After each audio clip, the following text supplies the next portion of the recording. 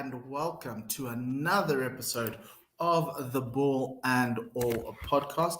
My name is Mpho. I'm the host of the Ball and All podcast. You can follow me on Twitter at Mpho. You can subscribe to the YouTube channel as well. I normally do a daily recap, but it's been Easter weekend and, well, yes, the Holy Weekend. And so it's been pretty busy. Haven't had time to record the daily recap. We've had 6 games happen over the weekend. And I'm just going to run through all of them and discuss what the permutations were, which ones meant, and kind of give you a lay of the land of where we are, because we're in the final day of the Nile Conference. And this is the day where people are necessarily jogging for positions to figure out where they might end up in Kigali, but I do think the teams have already gotten themselves all sorted, and I'll explain to you what's going to happen today, and also what's going to happen in a month's time in Kigali. So let's just go through that. We had some really lovely games. Let me just put up the fixtures list and the results list. I'm going to take the banner off. So we started, last we left was on a Friday night. It was Cobra Sport versus Cape Town Tigers. Cape Town Tigers coming off of that buzzer-beating win against FAP. They needed to win this game to secure their spot in the playoffs in Kigali, largely because of the head-to-head rule. Having beaten FAP and Cobra Sport, none of those teams, had they got into 2 wins, which seemed like where everyone was going to end up, could have usurped them. And they came out like a house on fire. Well, they didn't come out like a house on fire. They actually started the game with a 0-7 deficit, but they've brought it back to a 1-point deficit in half time. But then in the second half, the Cape Town Tigers pulled away. A little bit of foul trouble there towards the back end for Cobra Sport, but the Cape Town Tigers held on their nerve and they pushed through. Evans Gampana scoring 19 points. Mayan Care of Cobra Sport scoring 24. It was a really great game, a game that FAP needed Cobra Sport to win to give them every chance to kind of open up the group a little bit more, but Cobra Sport just couldn't. They just didn't have that. They out-rebounded the Cape Town Tigers, who don't have a lot of length, size or height in the front court, but they just didn't have enough shooting on the night for them to take over. Really great side at Cobra Sport, but Cape Town Tigers improving with every game, and this kind of precipitated the Cape Town Tigers and Cobra Sport's little break for about 2 days. The next game was the biggest game of the conference, the battle for 1 versus 2. It was Zamalek versus Petro de Luanda. Zamalek did a really great job. They ended up winning that game, and they go 9-0. They went 9-0 in the tournament. Actually, ended up being 10-0 in this tournament right now. Obviously, winning their following game. But it was a game of runs. You know, Petro would make a run, Zamalek would make a run, but then it came down to like 4 points with 4 minutes to go. Gap between Petro and Zamalek. Zamalek were leading by 4 points with 4 minutes to go, and then Edgar Sosa drops a 3.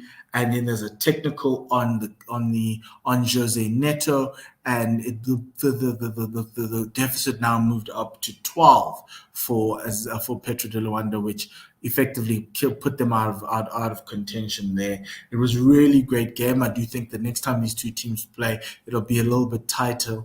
But Petro, having had I think they had like a 30-game win streak coming in, 26-game win streak coming into Basketball Africa League 2022, the Nile Conference, from their domestic league, and obviously having won all the games up until this point, felt that they could slay the Giant, but the Giant was a little bit too much.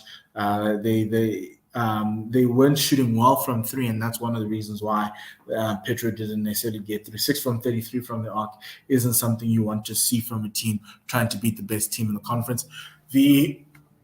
That was the Friday night game. Saturday, Petro played the early game against FAP. You could have seen that their effort was a lot lower. They were really dejected and disappointed. You kind of felt like they wanted to just get through this game, and they did. It was a tricky one for them because FAP beat Petro de Luanda before in the group stages in Basketball Africa League 1, but this time Petro came through.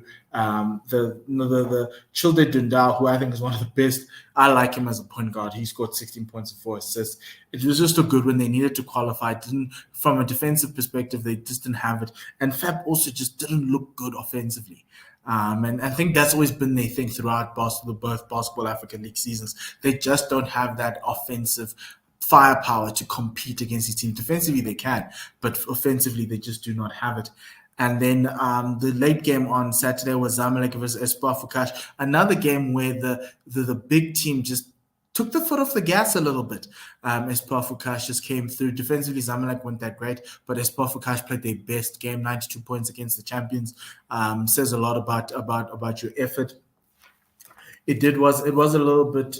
Wasn't as tight as many people thought, but Zamalek Espoir Fukash kept on coming back. I think they led by at one point by 19 points, and then Espoir brought it back to 5 in the final quarter, and then it just precipitated it. But it was largely the bench players coming through. Michael McKinney's 28 points. He wasn't a bench player, he was a starter. And Salem also came through with 20 points. Mahmoud Anas scored 6 points in that game. That was a really interesting game to watch. Loving the effort, and sometimes you just need the effort to kind of will you. And Espoir Fukash brought that through.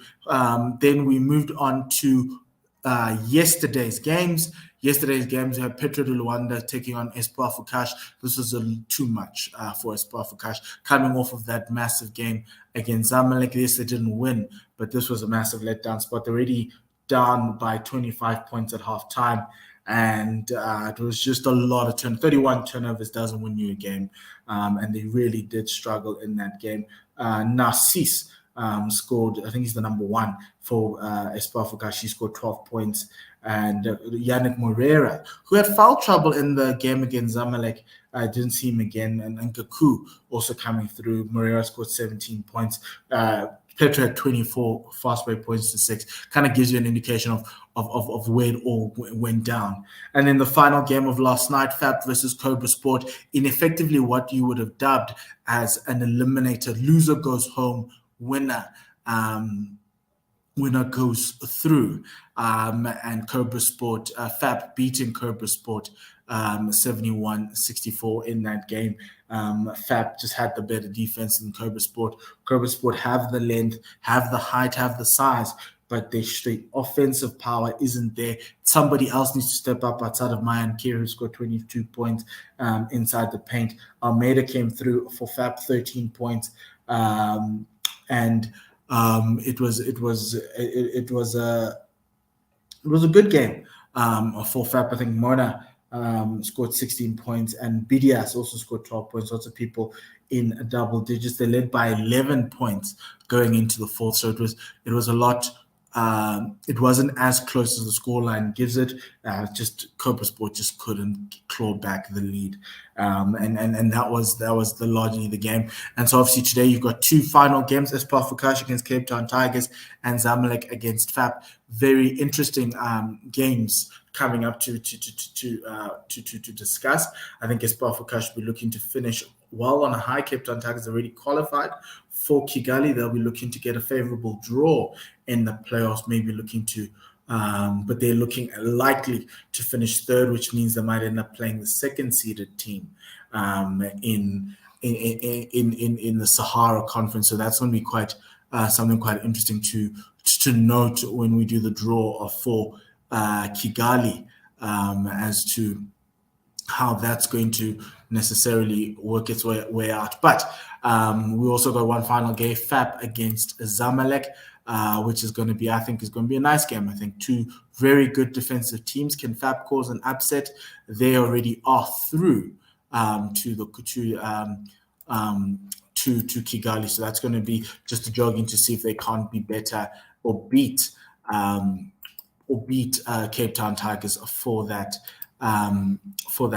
final spot in the conference. So let's look at the table. The table is largely set from the teams that have qualified. The top 4 seemingly have qualified.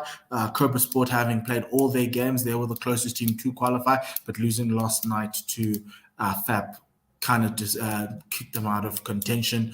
And so you've got the 4 teams: Zamalek, Petro de Luanda, Cape Town Tigers, FAP, as well as Cobra Sport.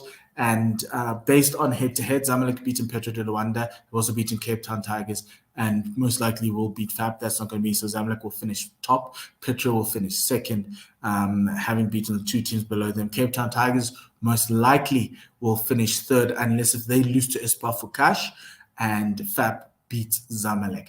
But if both teams lose tonight, it'll stay like this. If both teams win tonight, it will stay like this. So Cape Town Tigers effectively coming in for third. That will mean that on the 21st of May, the playoffs will begin in Kigali.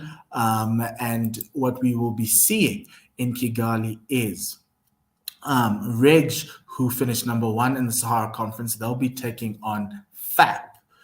Or Cape Town Tigers. Remember, I told you the permutations. If Cape Town Tigers loses and FAP wins, FAP will take the third spot, and Cape Town Tigers will be playing the Rwandan Sahara Conference champions in the first quarterfinal. Single elimination, by the way. It's single elimination in the Kigali Arena, 21st, 22nd, 25th, 28th, and the 27th. So 1 week in Kigali to close this out. You've also got number 2, AS Saleh, and the second matchup, AS Saleh, who finished third in the Sahara Conference. They'll be taking on Petro de Luanda.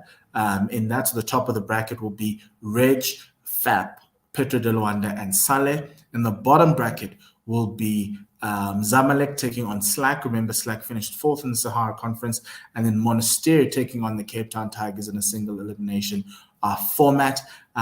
Winner goes through, loser goes home. That's what it's going to be. And so I'm really excited for that, really excited to see that. Enjoy the games tonight. And I'll do a little recap of what happened in the games tonight. To close out the Nile Conference, it's been a great 2 conferences. First one in Dakar and now in Cairo. Really good to see some really awesome basketball all round. And it's one of those situations where this can only go better and better and better. And hopefully in the future, you'll be having the 12 teams playing games in their home countries. That's what you want.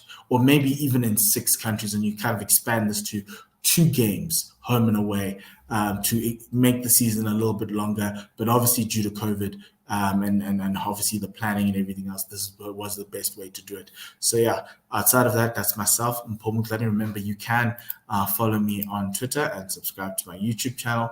But outside of that, thank you very much. Goodbye and lesale kakakiso.